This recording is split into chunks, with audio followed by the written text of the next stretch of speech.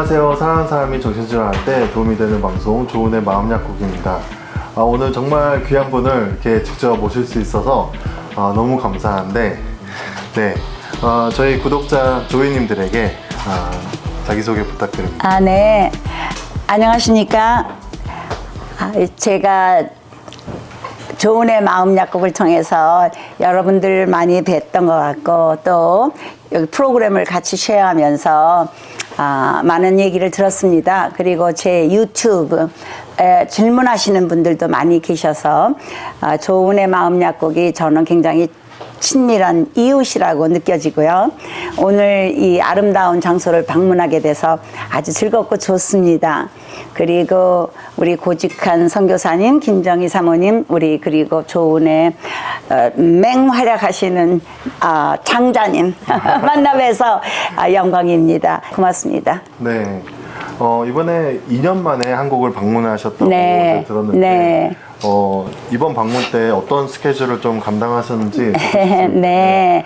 제가 굉장히 여러 가지가 있었습니다. 처음 것은 이제 제가 2020년에 출판했던 나와 나의 가족이 경험한 ADHD. 그래서 이 책이 아마존에서 ADHD that I and my family members were born with. 그러니까 태어난 거니까요.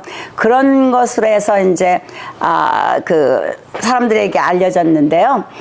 요번에 그 군자 출판사가 보통 많이 이제 그 교과서를 내는 출판사라고 들었습니다. 그런데 그쪽에서 이제 저희 책이 거의 다 판매가 돼가지고 1000권 냈었는데 지금 50권이 남았답니다. 그래서 이제 재판을 하게 됐습니다. 그래서 세컨드 에디션을 내는데 제가 참 놀란 것이 미국에 요번에 그러니까 한국에 오니까 그 ADHD에 대한 인식이 많이 높아지셔서 그 신문을 보니까 뭐 20대에서는 한 뭐 4배, 30대에서는 뭐 7배로 이렇게 그 전에 발견되지 않았던 분들이 관심을 가지고 자기가 진단을 받기 위해서 진단을 받기 때문에 이렇게 많이 늘었다고 그래서 얼마나 제가 마음이 아주 기쁘지 모르겠습니다. 왜 그러냐면은 제가 그 책을 낼 때 2020년만 해도요, 한국에서는 그 책을 이제 저한테 그 머리말을 써주신 정신과 의사분께서 뭐라 그러셨냐면 한국에는요 ADHD가 5% 있어요. 5%. 그 다음에 이제 제가 한 몇 년 있다가 TV를 보니까 저희 연세대학교 후배죠 오은영 박사가 이게 얘기하시는데 한 10%가 됩니다. 그런 얘기를 하시더라고요. 그 다음에 이제 제가 2년 전에 왔을 때 천근아 교수가 세브란스에 이제 정신과 의사 과장이신데 그 디파트먼트에 많이 이제 13%까지도 됐다고 그런 얘기를 하세요. 그런데 제가 보기에 그게 더 맞는다고 느끼는 것이 제가 LA에 있으면서 이제 제가 일은 이제 카이저 퍼머넨테라는 그 HMO 그룹에서 일을 하고 USC에서 제가 이제 클리니컬 프로페서를 할 때 한국 분들이 굉장히 이 병이 많습니다. 그런데 다들 진단이 안 돼가지고 이분들이 모르는 상태에서 가정 폭력하시고 아이들 이제 아동 학대하시고 뭐 많이 이제 그 범죄에도 인벌브되고 이러셔가지고 가만히 보면 그 밑에 이 주의 산만증이 깔려 있는 경우가 많았거든요. 근데 그게 인식이 안 되고 있다가 이제 한국에서도 이렇게 되는구나 싶어가지고 굉장히 마음이 아주 안심이 좀 됐습니다. 그래서 요번 책을 다시 이제 재판을 할 때는 이렇게 한국에서 많이 이제 이걸 서로 이제 알고 진단받고 고치려고 하시는 이 젊은이들이 많다는 것에 대해서 아주 기쁜 그런 마음이 있고요. 그 어떤 신문에 의하면 20대 분들이 진단을 받은 게 자기가 ADHD라고 받는 게 17%래요. 그래서 그거는 7살짜리 아이들이 진단받은 거하고 똑같답니다. 그러니까 많은 경우에 어른이 돼서는 조금 이게 줄어들 수가 있는데 그만큼 그동안에 진단이 안 된 상태에서 그냥 있었다는 얘기죠. 그래서 이런 것을 알게 됨으로써 그러니까 직장에서의 상사와의 문제라던가 가정에서 부부의 문제라던가 부모와 자식 간의 문제라던가 이런 것을 미리 알고 해결하려는 그 젊은이들의 마음이 보이는 것 같아서 저는 마음이 참 좋습니다. 그래서 그거 하는 것이 하나의 이제 제일 큰 그 제 목적이었고요. 또 저는 이 친구를 좋아하는데 제 친구 한 명이 지금 5번째로 그 자기 사진전을 합니다. 전람회를 하는데 이분이 그 사진 찍는 것 시작한 것이 59세였습니다.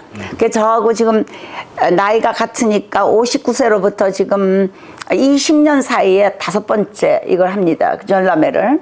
그래서 그 친구도 격려하려고 왔는데 그 사이에 제가 그 남가주 연세대학교 동창회장 일을 갑자기 맡게 돼가지고 전람회를 못 보고 지금 요다음에 일찍 가게 돼서 그게 좀 안타깝습니다. 네. 그래서 그 대신 이렇게 좋은 분들을 만나서 여기 지금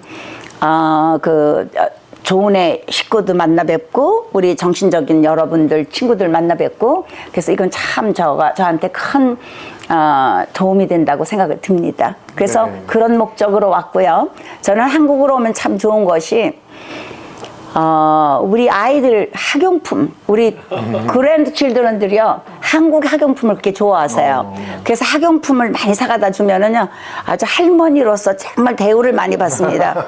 또 하나는 우리 14살 된 손녀가 이 아이돌에 완전히 심취해가지고 그동안은 BTS였는데 지금은 뉴 진스래요. 네. 그래서 뉴 진스에 대한 거 전부 다 찾아다니면서 다 찾았습니다. 그래서 이제 그거 가지고 가면은 이제 제가 좋은 할머니로서 이렇게 됩니다. 그래서 어머니 날에는 이제 저도 초대해서 자기들이 14살짜리하고 11살짜리가 돈을 모아서 이제 자기 엄마하고 저하고 머더스데이 스페셜 디너를 초청했습니다. 네. 방금 그 한국에 ADHD 진단을 받는 분들이 더 늘어나서 좀 보람을 느끼셨다고 이렇게 네. 말씀을 하셨는데 네. 그 모든 게 그 2020년도에 박사님이 내신 책 덕분이 아닐까. 그러기를 바라지만 제 생각에는 책 950권 가지고는 그거 안 되죠. 네, 정확한 숫자까지 말씀을 하셨는데 그러면 이번에 이렇게 좀 더 ADHD에 관심이 있는 분들이 많아졌기 때문에 책도 더 이렇게 많이 읽혀지지 않을까. 그럴 수도 있겠지요. 네. 그리고 제가 보니까 이번에 그 군자철판사에서 제 책을 담당하실 임경수 과장님께서 캐나다에 계시다가 오셨다고 그래요. 근데 그분이 조금 더 이게 액티브하게 제 생각에는 사람들에게 알리려고 좀 노력을 해주셨을 것 같아서 네, 네. 네, 그런 희망이 있고요. 네. 제가 그 LA에서도 방송 통해서나 이런 데서 많이 그 얘기를 하거든요. 네네. 그 가능하면은 교회나 무슨 그 한인회 뭐 이런 데 가가지고 이 얘기를 자꾸 많이 하는 이유가 그 주의 산만증이라는 건 솔직히 말해서 아이의 잘못이 아니거든요. 그리고 그 부모 잘못 아니거든요. 그래서 이게 신경 발달 장애입니다. 그게 뉴로 디벨롭먼털 디소더거든요. 그게 뭐냐면은 처음에 이제 아기의 엄마하고 아빠하고 이렇게 만나서 같이 이제 이게 그 관계를 맺으면은 아버지한테서 23개, 엄마한테서 23개 염색체가 딱 만나요. 그래서 46개 염색체가 딱 만나서 셀 하나가 되면은 그게 부화가 되는 거죠. 이제 아기가 그럼 그 원 셀이 엄마의 자궁에 가서 딱 부착을 해가지고 한 셀이 2개가 되고 2개가 4개가 되고 그다음에 8개가 되고 이렇게 해서 이제 부화가 된 그 셀이 커지는데 열흘쯤 되면은 그 아기 거기서 이게 조그맣게 이제 원통 같은 게 생겨요. 그럼 그 원통이 그다음부터 이렇게 자꾸 올라가면서 생기는 게 그 여기 척추신경입니다. 그래서 척추신경이 이렇게 올라가다가 그다음에 요 끄트머리에서 이렇게 꼬부라져 가지고 콩나물 이렇게 노란 머리 같이 되는 데가 여기 전두엽 마지막에 전두엽이 되는 거죠. 그게 3개월 내에 일어나는 거죠. 그게 first trimester라고 그래서 임신해 가지고 3개월 사이에 이제 이게 되는데 그때 이게 뉴로 디벨롭먼트 하는 사이에 어떤 원인에 의해서라도 대개는 유전적인 게 많지만 가령 그때 엄마가 무슨 감기가 걸리신다든가 아까 제가 말씀드린 것처럼 뭐 술을 많이 마셨다든가 뭐 이런 거에 의해서 이 신경세포가 이렇게 돼서 신경 조직이 이제 발달되는 과정에서 문제가 생기면은 문제가 된 게 6가지 병이 있습니다. 첫 번째 병이 제일 심한 것이 뭐냐면은 intellectual deficiency, 지능아. 그게 제일 이제 큰 문제고. 두 번, 전응아? 전응아. 근데 그걸 전응아라고 안 하고 요새는요, 이렇게 좀 좋은 말로 부르죠. 네. 예, 예. 지식이 이제 intellectual deficiency라든가 disability. 네. 두 번째가 autism, 자폐. 네. 세 번째가 ADHD. 그다음에 네 번째가 learning disorder, 학습 장애. 그리고 그 중에서 들어가는 것이 난독증. 이제 이런 것들이 자, 이 뉴로 디벨롭먼털 디소더에 들어가고 그다음에 들어가는 것이 무브먼트 디소더, 틱 같은 거 이런 것들이 그러니까 이거는 그 신경 발달 상태에서 나오는 것들이죠. 그래서 이렇게 돼서 이제 애들이 나와서 주의산만증을 가지고 나오는 게 일종 어떤 체질이나 마찬가지죠. 그래가지고 이런 아이들이 이제 그 어떤 아이들은 한 5살쯤 돼서 아이들이 뭐 좀 이렇게 학교에 갔는데 아니 가서 가만히 앉아 있지 못한다던가 아니면 어떤 아이들은 멀쩡하게 가서 가만히 앉아 있는데 이제 공상을 한다던가 그래서 주의산만증 증세가 있는 아이들이 이제 언제부터 문제가 되게 보이느냐면 국민학교 1학년. 그러다가 이제 국민학교 3학년 때쯤 그것이 좀 더 확실하죠. 네. 그래서 학교 선생님들의 역할이 굉장히 중요합니다, 그때. 왜냐면 선생님들은 다른 아이들을 항상 이렇게 같이 보기 때문에 부모님들은 이게 스큐드 돼가지고 자기의 자라는 그 백그라운드를 가지고 보니까 그리고 집에서의 아이들이 어떤지 잘 모르지 않습니까? 재미없는 공부를 하고 재미없는 숙제할 때가 애들이 본성이 나타나는 거니까 그때가 지루한 애들은 뭐 이제 가만히 앉아 있지 못하고 뭐 그러는데 그때 이제 선생님들이 학교에 가서 이제 정식과 가서 좀 보세요 그러면은 한국 부모님들은 LA에서는 적어도요. 아이가 이제 처음에 선생님들이 좋은 뜻으로 아이를 제일 앞에 앉힙니다. 선생님 바로 앞에. 그래야지 주의산만을 막으니까. 어떤 어머니는요, 그것 때문에 화가 나서 딴 학교로 전학시켜요. 왜 우리 아이는 한국 아이라고 차별 대우하느냐고. 사실은 좋은 뜻으로 한 건데. 근데 이제 선생님들이 이게 분명히 얘기를 해도 부모님들이 못 알아듣는 수가 많으니까. 그거는 이게 잘 도와주기 위해서 하는 거거든요. 그래서 이 선생님들이 말을 하실 수가 있는 사회 풍조가 돼야 되는데 여기선 선생님이 그런 말을 했다가는 아마 부모님들이 막 야단나고 뭐 그런가 봐요. 거기서도요. 썬데이 스쿨 교회에 있는 한국 선생님들은 말 못하세요. 문제가 있어도. 왜냐면 부모님들이 화를 내시니까 우리 아이를 어떻게 보고 그딴 소리 하냐 뭐 이런 소리 하시니까. 그래서 이 선생님들이 존중돼야 되고 선생님들을 보시는 것을 갖다 이게 존중해야 된다고 저는 생각이 됩니다. 그래서 한국도 그런 사회가 돼야 된다고 생각을 하는데요. 대개 3살 때부터 치료를 하는 게 참 좋거든요. 왜냐면 그러니까 1학년부터 3학년 사이. 그때 이제 아이들이 읽는 거 배우거든요. 읽는 걸 못 배우면 3학년 이후에 공부하기가 참 힘들거든요. 그러니까 그때 와서 치료를 받아야 되는데 많은 한국 부모님들은 한국은 어떤지 모르겠지만 제가 있는 LA에서는요. 카운슬링 먼저 받고 카운슬링에서 문제가 있으면 그 다음에 약을 쓰겠다 이러세요. 그렇죠. 근데 약은 처음부터 쓰셔야 돼요. 그래야 약을 써야 애가 언어 치료할 때도 정신 바짝 차리고 언어를 좀 하고 뭐 공부하는 것만이 아니라 그리고 자폐가 있는 애들은 대개는 주의산만증이 같이 옵니다. 그러니까 자폐 있는 아이들은 배우는 것가 제일 중요한 치료거든요. 그래서 뭐 ABA Abnormal Behavior Analyst 한국에서 뭐라 그러죠? 그 행동 치료 시키는 거를 그런 사람들이 와서 이제 치료를 해주는데 그때도 얘네들이 어텐션이 있어야 돼요. 근데 70%의 자폐증 아이들은 ADHD가 있습니다. 그래서 ADHD를 치료해야만 그 자폐증 아이들이 치료가 잘 되는데 그 어떤 이유에서인지 모르지만 한국 분들은요 약약은 다 나쁜 약이라고 생각을 하시는 분이 많은 것 같아요. 그리고 한약이 다 좋은 거라고 생각을 하시는데 한약의 그 안에 들어가는 것이 저는 잘 모르겠지만 뭔지를 모르시니까 더 좋아하시는 것 같아요. 알면 부작용이 뭐다라고 다 아니까 그 다음에는 아주 불안하고 싫은 건데 한약은 그걸 몰라서 그런 건지 왠지 모르겠지만 어쨌든 제가 모르는 사람이 이렇게 여러 가지로 말할 수는 없지만 그 약을 안 쓰시려고 그러고 약간 그런 것 같아요. 그 양약은 좀 병을 누르는 거라고 생각을 하시고 한약은 좀 원인을 치료하는 거라고 생각을 하시더라고요. 근데 그게 얼마나 맞는 것 같아요? 원인을 치료하는 거 참 좋고 예방하는 거 굉장히 좋죠. 그럴 수 있는 게 제일 좋은데 가령 예를 들면은 ADHD가 있을 때 스티뮬런트 그 쓰는 거는 어떤 점에서는 아이를 갖다 이렇게 여기 전두엽을 갖다가 도파민을 넣어줘가지고 약을 써가지고 pay attention 하게 해서 그거 주의를 집중하니까 사고도 덜 나고 나 숙제도 할 수 있고 그 다음에 자기 감정 조절을 할 수 있고 그 다음에 계획할 수 있고 올바른 판단을 할 수 있고 어떤 점에서는 이것도 예방이 되는 거죠. 그죠? 네. 그리고 원인 제거는 힘들죠. 왜 그러냐면은 태어날 때부터 전두엽에 도파민이 잘 안 나오는 병이 주의산만증이니까.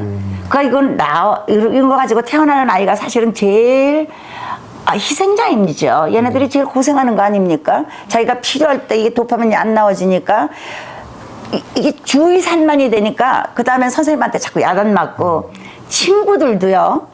주의산만 치료가 안 된 애들하고는 친구 잘 안 하려고 그럽니다. 왜 그러냐면 친구들끼리는요 서로 이렇게 큐를 보냅니다. 이렇게 뜩 보내서 얘가 알아서 저쪽에 가서 같이 놀기도 하고 뭐 이러는 거거든요. 근데 주의산만이 있는 애들은요 처음에는 친구를 만들긴 참 쉬워요. 가가지고 막 같이 놀자 그래서 노는데 그 다음에 같이 오래 친구를 하려면은요 이게 서로 이렇게 주고받는 게 꼭 말을 안 해도 받아들여야 돼요. 그래서 이거 딱 리스폰드를 해야 되는데 안 되니까 오래 친구를 못 합니다.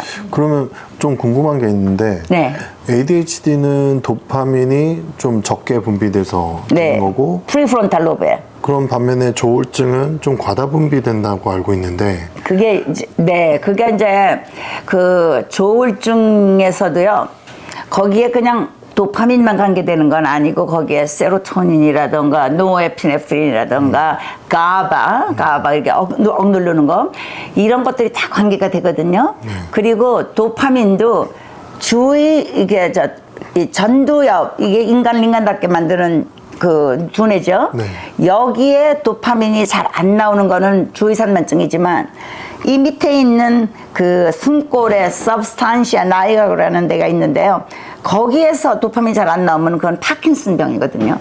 그러니까 어느 부위에 어떤 뉴로트랜스미터가 잘 안 나오느냐에 따라서 문제가 다릅니다. 그러면 그 ADHD랑 조울증이랑 좀 같이 있을 수 있는지 네. 그리고 어떤 경우에는 우울증과 성인 ADHD다 이렇게 진단을 내려주시는 선생님들이 계시더라고요. 많죠. 예. 그게 이제 ADHD에 대해서 이제 우리가 그 이해를 하면은 처음에 그 주의산만증이 있던 애들이 가령 5학년이나 6학년이나 이게 중학교 1학년쯤 되면은요. 갑자기 어느 날 우울해지는 애들이 있어요. 그러면 이런 부모님들은 뭐라고 하냐면요. 얘가 하루 사이에 병이 생겼어요. 이래요. 근데 그런 많은 애들을 보면은 주의산만증 증세가 있었지만 하이퍼액티브 하질 않으니까 inattentive type. 그러니까 가만히 앉아서 공부는 하지만 이제 딴 생각하거나 데이드리밍 했던 애들이 머리는 좋으니까 그런 대로 이제 A나 B 맞고서 이제 5학년, 6학년 됐거든요. 그랬는데 그 다음에 여기 변연계 감정 내에서 섹슈얼 호르몬, 그로트 호르몬 이게 막 나오니까 애들이 정신이 없는 거예요. 그러고 이런 거 막 나오는데 여기가 그거를 눌러야 되거든요. 근데 도파민이 많이 정상으로 나온 애들은 그걸 누를 수가 있는데 도파민이 안 나오던 ADHD 애들은요 이걸 누르질 못해요. 그 어느 날 갑자기 우울해지고 어느 날 갑자기 여자애가 뭐 임신하고 어느 날 갑자기 남자애가 집 나가고 뭐 이런 일이 생기는 거예요. 그것이 있던 거를 갖다가 본인도 있는지를 모르는 걸 수가 있고요. 또 어떤 때는 좀 문제가 있고 그래도 이게 큰 문제가 아니라고 생각하니까 그냥 지나왔다가 이런 일이 갑자기 생기는 수가 있어요. 그래서 만일 3학년 때 무슨 문제가 있거나 그러면은 얼른 정신과에 가서 아니면 소아과에 가서 아니면 소아과도 요새는 뭐 디벨롭먼털 그 하는 게 있어요. 성장에 대한 거. 근데 여기는 한국도 그런 게 있는지 모르겠지만 미국에서는 워낙 소아정신과 의사가 부족하니까 소아과 의사들을 따로 훈련을 시켜요. 그래서 그런 거를 갖다 이제 조사시키는 그런 소아 디벨롭먼털 피디아트리션들이 있거든요. 그런 사람들한테 이제 검사를 받아가지고 빨리 치료를 해주면은 이런 것으로부터 예방이 되죠. 네. 그래서 이제 그냥 놔뒀다 하면은 얘네들이 갑자기 우울해지거나 불안해지는 게 ADHD 환자에서 70%에서 옵니다. 그러니까 10명 중에서 7명은 불안이나 우울에 오고요. 그 다음에 ADHD가 있는 애들 중에서 20%는 듀렛 신드롬이라고 있어요. 듀렛은 뭐냐면은 틱 있고요. 페이셜 틱이나 바디 틱이나 뭐 이러는 보컬 틱이나 이런 틱이 있고 그다음에 ADHD 있고 굉장히 불안해요. 그래가지고 대개는 강박 증세가 있을 수가 있고 하여튼 앵자이티가 심한 게 이 세 가지가 있으면 듀렛이라는 의사가 이걸 갖다 처음 발표해서 듀렛의 증후군이 돼요. 그게 한 20%에서 옵니다. ADHD 중에서. 그 다음에 ADHD 중에서 15%에서 바이폴러 디소더, 조울증이 옵니다. 그게 왜 오는지는 몰라요. 그래서 대개는 그렇게 생각을 하면 돼요. 그러니까 이 동반 이환이라고 이제 그러는데 이게 ADHD가 있다가 15%에서 바이폴러 디소더가 오면은 그건 두 가지가 다 있는 거죠, 병이요. 왜 오는지 그거는 모릅니다. 아직은 이제 그 뭐 사이언티스트들 그룹이 이제 모여서 생각을 하시고서 연구를 하시면 답이 나올지도 모르지만 앞으로도 아마 연구가 계속될 겁니다. 그럼 제가 좀 잘못 알았던 것 같은 게 어떤 게? 이제 우울하고 조증이 있는데 네. 조증을 좀 선생님들이 ADHD하고 비슷하니까 네. 이제 우울증과 성인 ADHD가 있다 이런 식으로 잘못 진단하신 게 아닐까 이런 생각을 좀 했었는데 네. 좀 제가 잘못 생각한 거네요. 네, 아니 근데 조울증 진단이 좀 힘들어요. 왜 그러냐면 그전에도 조울증을 진단하려면 정신과 의사 4명을 거쳐야 된다고 뭐 그런 말도 있었고요. 그 다음에 조울증 처음에는 왜냐면 조증 있을 때는 되게 안 가거든요. 정신과 의사한테.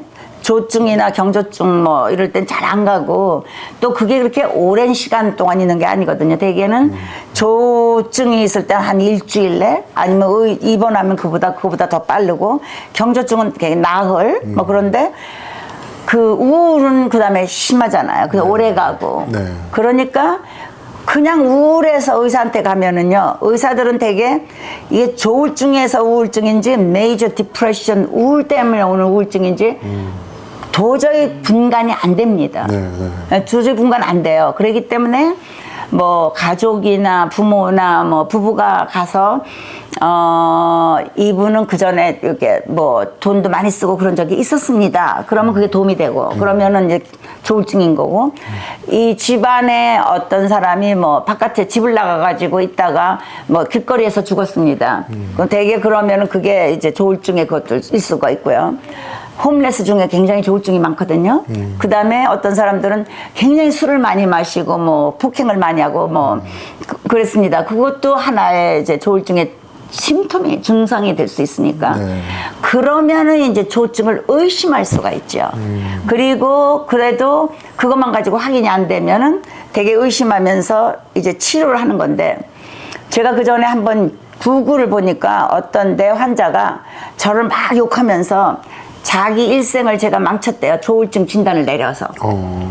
그러니까 아마 그랬을지도 모르죠. 그래서 제가 좀 미안한 적이 있었는데 왜냐면 조울증 진단은 내려야지만 치료를 하니까 진단이 없이는 치료를 할 수가 없거든요. 네. 그러니까 어떤 때는 확실하지 않아도 저는 우선 치료를 하자고 그래요. 그래서 아니면은 끊으면 되는 거니까. 예, 근데 그걸 안 하고 그냥 항우울제만 줬다가는 그게 이제 무드 시프팅을 일으킬 수가 있죠. 그쵸. 그래서 시프트가 돼가지고 더 심해질 수가 있어서 그럼 자살을 할 수가 있으니까.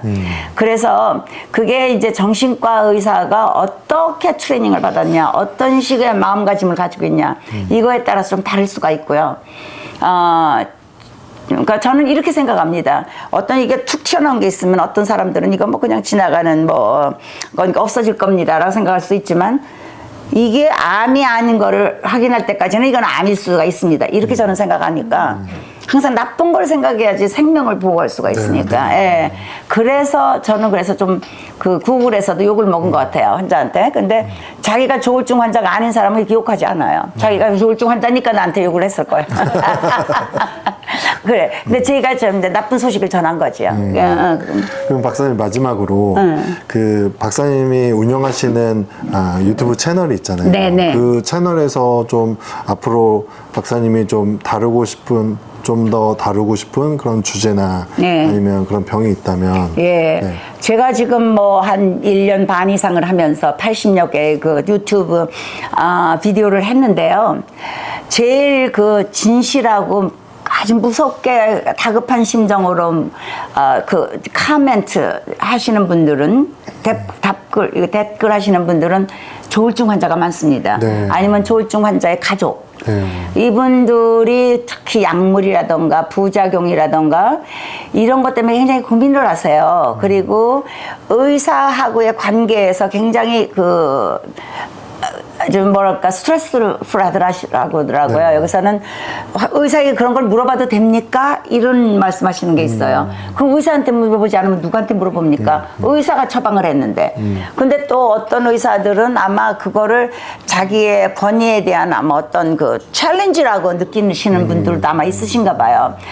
호플리 제가 아는 의사가 아니기를 바라지만은 그래서 앞으로는 그런 약물이나 의사 관계에서 제가 도와드릴 수 있는 데까지 많이 도와드리는 걸 하고 싶고 또 한 가지는 어떤 분들은 자기가 리스페리돈이라는 약을 쓰는데 그거에 대해서 좀 자세히 알려주세요.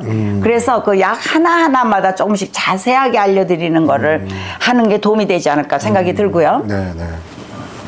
뭐 데파코, 리튬 이런 거에 대해서는 제가 이제 미리 설명을 드렸지만 데파꽃 같은 그 간질 치유약 중에서도 또 리스페리돈 러모트리진, 러믹탈이라는 거 그거는 좀 마일드하지만 굉장히 쓰면 도움이 되는 거거든요. 그런 것들을 하나씩 잡아서 좀 설명을 하면은 환자들이나 부모님들한테 도움이 되지 않을까 그런 생각이 듭니다. 그래서 그런 쪽으로 좀 더 많이 하려고 그러고요. 그다음에 이제 그거는 이제 약물이나 이런 거니까 조금 더 지루해질 수도 있고 요즘 제가 한 거 중에서 제일 많이 사람들이 저를 갖다 원망하고 화를 내는 게 마리화나에 대한 겁니다. 그 마리화나에 대한 거는 제가 조금 이렇게 좀 네거티브한 식으로 말을 한 것 같아요. 왜냐면은 DSM에 10가지 약물이 나오는데 중독되는 10가지 약물 중에서 4번째가 마리화나입니다. 술하고 담배하고 커피하고 그다음에 마리화나예요. 그리고 그다음에 뭐 딴 거 여러 가지가 있지만 그런데 제가 보기에는 그 미국 같은 데서는 마음대로 그걸 쓰던 분들이 한국에 오셔가지고 이거는 법적으로 크라임이 되고 내가 마리화나를 썼던 적이 있다고 말만 해도 그게 크라임이 된다고 그래요. 그러니까 이것은 정말 참 어떤 점에서는 부조리한 것도 있는 거거든요. 근데 옛날에 우리가 공부할 때는 그게 이제 문제라고 많이 배웠지만, 그리고 지금도 그게 문제가 되지만, 아마 그 부조리 사이에서 굉장히 분노를 느끼는 분들이 많은 것 같아요. 그래서 이것을 어떤 식으로 앞으로 그분들의 마음도 좀 다 캄다운 시키고 어떤 점에서는 마리화나의 그 위험성도 그대로 알리고 뭐 이런 방법이 뭐가 있어야 되지 않을까 지금 생각 중이고요. 알코올 문제는 한국인의 큰 문제거든요. 네. 그래서 이 알코올 문제를 어떻게 해야지만 가장 효과 있게 사람들이 술 끊을 수 있게 할 수 있을까? 그게 참 큰 문제인데 제 두 번째 허스밴드가 지금 10몇 년을 살았는데 작년에 이분이 술을 끊었습니다. 예, 그게 굉장히 어려운 건데 어떤 식으로 끊냐면은요. 그거 끊으려면은 어떤 때는 입원도 해야 되지만 내과 의사가 있어야 돼요. 내과 의사가 이게 왜냐면은 그 내성이 생기고 그랬으니까 위드로울 증상이 오니까 그걸 도움을 받아야 돼요. 그리고 요새는 술을 끊을 때 쓰는 약이 그 전에 이제 몇 가지가 나왔습니다. 그래서 그런 약도 이제 쓸 수 있고 그 다음에 정신과 의사 물론 써야 하고요. 그러니까 양쪽으로 도움을 받으면서 해야 되거든요. 그래서 이분은 끊었거든요. 근데 86세에 끊었거든요. 그러니까 한참 많이 마시고서 이제 저하고 살아야 되니까 끊은 거죠. 그랬는데 끊을 수 있더라고요. 예, 그래서 이제 훨씬 사이도 좋아졌고, 이걸 우리 남편이 보면 큰일 나겠지만, 어쨌든. 네, 끝으로, 저희 구독자 조이님들에게, 덕담 한마디 해주시고, 네. 네, 여러분. 저희 한국은 참 자랑스러운 나라인 것 같아요. 저는 여기 오면서 항상 즐겁고 신라 경주를 가보니까 야, 우리 조상들이 보통 분들이 아니더라고요. 천마총도 가보고 월지도 가보고 이러면서 정말 자랑스러운 우리 조상을 가지고 있는 우리는 훌륭한 민족인데 우리가 정신적으로 병이 걸리는 거는 그거는 뭐 당뇨병 걸리고 고혈압 있고 이런 거나 다 다를 거 없습니다. 기관에 올건의 디지즈니까 이것을 수치스럽게 생각하시지 마시고 뭐 병이 이런다고 해서 가족들이 수치스러울 거 없고요.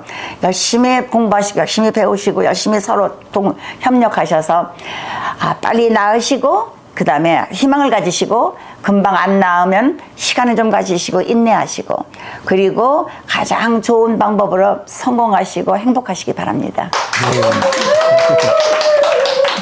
네, 감사합니다. 오늘 이렇게 수잔정 박사님이 2년 만에 한국에 오셨는데 저희 또 이렇게 방송에 출연해 주셔서 너무 감사하고 또 다음에도 이렇게 줌을 통해서 또 네. 만나 뵙길 소망합니다. 여러분들 사랑하는 사람이 정신줄 알 때 도움이 되는 방송 조은의 마음약국이었습니다. 감사합니다. 감사합니다.